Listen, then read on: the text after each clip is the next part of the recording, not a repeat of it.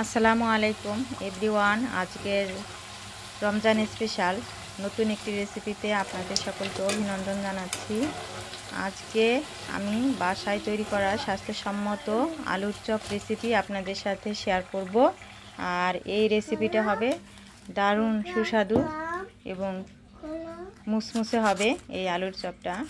তো যাই হোক, এই আলুর চপ তৈরি করার জন্য প্রথমে আমি কয়েকটা আলু সিদ্ধ করে নিয়েছি, দেখতে পাচ্ছেন আপনারা।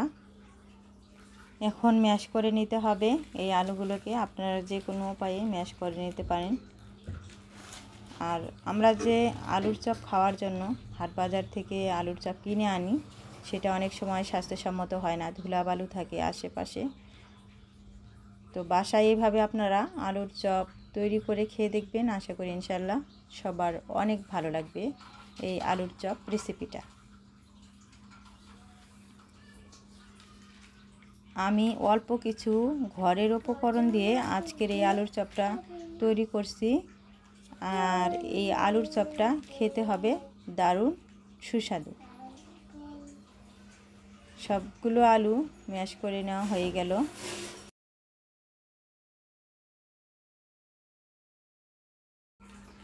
এখন চুলায় একটি কড়াই বসিয়ে সরষের তেল দিলাম। এখন পেঁয়াজ কুচি দিলাম। আপনারা চাইলে এখানে সয়াবিন তেলও দিতে পারেন, তবে সরষের তেল দিয়ে এই আলুটাকে রান্না করলে আলুর চপ খেতে ভালো লাগে।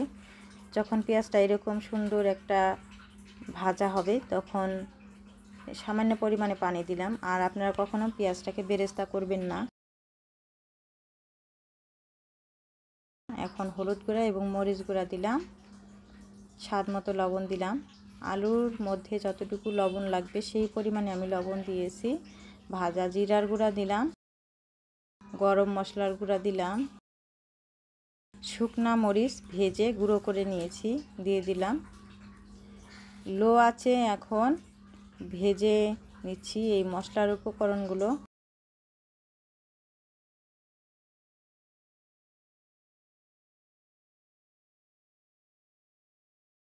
যখন সুন্দর একটা ঘ্রাণ আসবে, তখন ম্যাশ করে রাখা আলু দিলাম।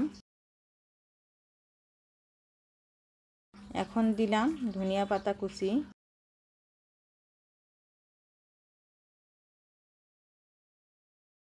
আর আপনারা অবশ্যই চেষ্টা করবেন ধনিয়া পাতাটা দেওয়ার জন্য, যাতে এই আলুর চপটা খেতে অনেক ভালো লাগে। আর অনেক সময় অনেকের কাছে কিন্তু এই আলুর চপ ভেঙে যায়। আপনাদের মধ্যে যদি কারো এরকম হয়ে থাকে, তাহলে আপনারা এই সময় এই আলুর মধ্যে সামান্য পরিমাণে ময়দা বা বেসন মেশাতে পারেন। আলুর মধ্যে যে পানিটা থাকে, সেই পানিটা আমি শুকিয়ে এই আলুটাকে একটু শক্ত করে নিচ্ছি।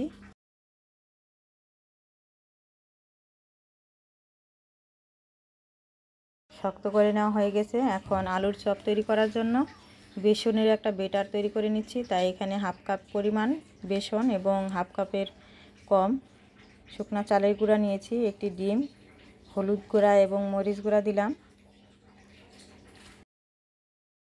বেসনের বেটারে যতটুকু লবণ লাগবে সেই পরিমাণে লবণ এবং পাঁচফোড়ন গুঁড়া, ভাজা জিরার গুঁড়া, গরম মশলার গুঁড়া দিয়ে দিলাম।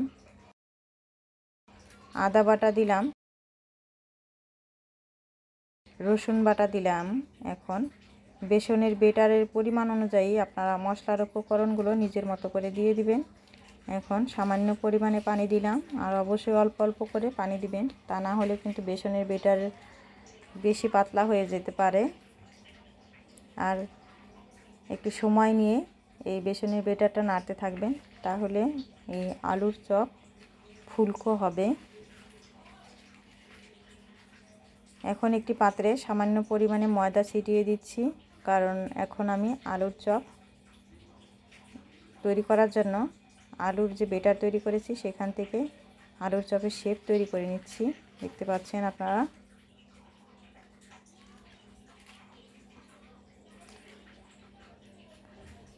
এইভাবে গোল গোল করে আলতো হাতে চ্যাপটা করে তৈরি করে নিচ্ছি আলুর চপের শেপ।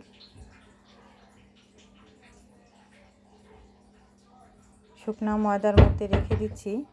এইভাবে শুকনো ময়দা রেখে দিলে বেশি ফুলকো হয় আলুর চপ। প্রথমে আপনারা সবগুলো এইভাবে আলুর চপ শেপ তৈরি করে নেবেন।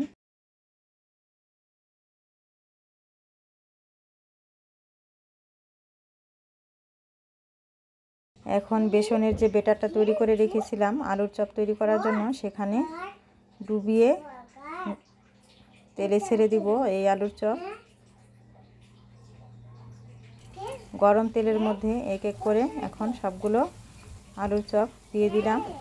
এখন সাথে সাথে চুলার আঁচ মিডিয়ামে করে এইভাবে তেল দিয়ে দিতে হবে আলুর চপের উপরে একটি ভাজার কাঁটা দিয়ে।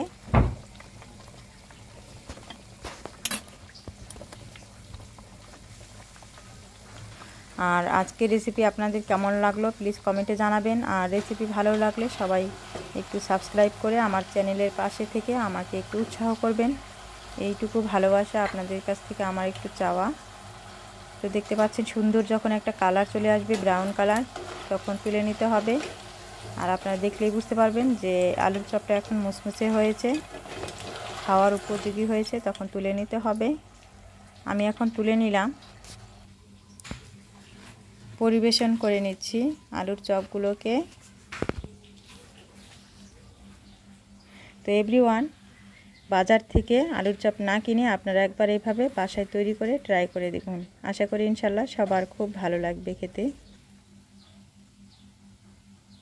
সবাই ভালো থাকবেন, সুস্থ থাকবেন, আমার জন্য দোয়া করবেন। আল্লাহ হাফেজ।